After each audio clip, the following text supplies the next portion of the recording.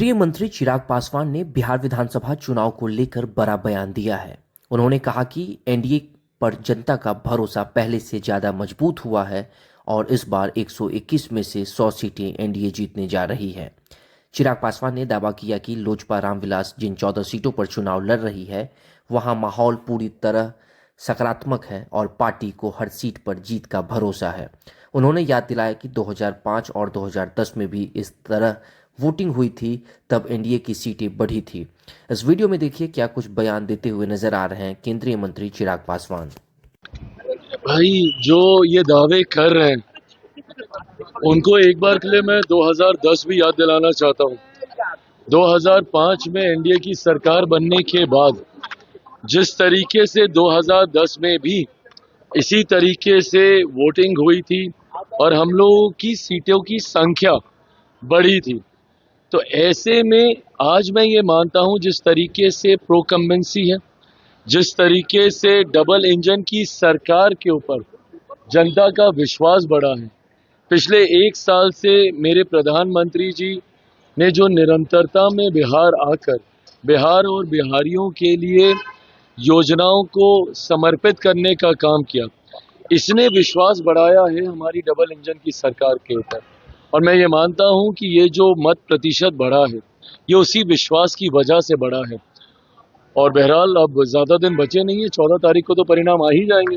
But जो feedback हम लोग के पास आ रहा है, जितने सर्वेस, जितने रुझान हम लोग के पास आए हैं, इस बात में हम लोग को कतई कोई संदेह नहीं है कि आउट ऑफ 121 सीट्स हम लोग 100 सीटें, 100 के आसपास की सीटें हम लोग बहुत आराम से जीत रहे हैं।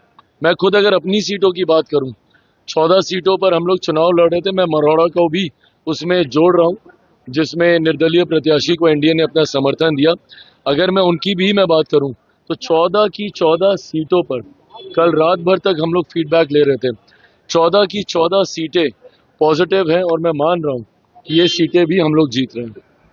आज तेजस्वी यादव ने विजय सिन्हा का वीडियो ट्वीट करके कहा है, उन्होंने कहा है कि 14 नवंबर को ईवीएम टिकट निकलने वाला है।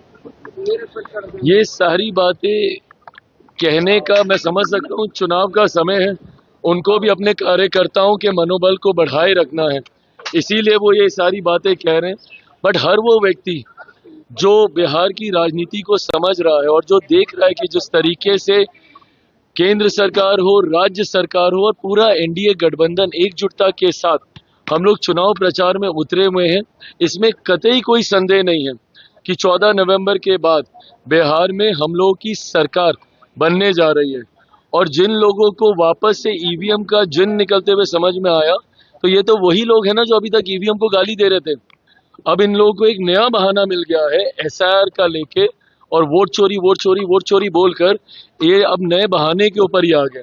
बट अभी कुछ समय पहले तक तो इनको ईवीएम का जिन इन्हीं को खाने के लिए निकलता था, इनको लगता था कि उसमें धांधली हो रही है।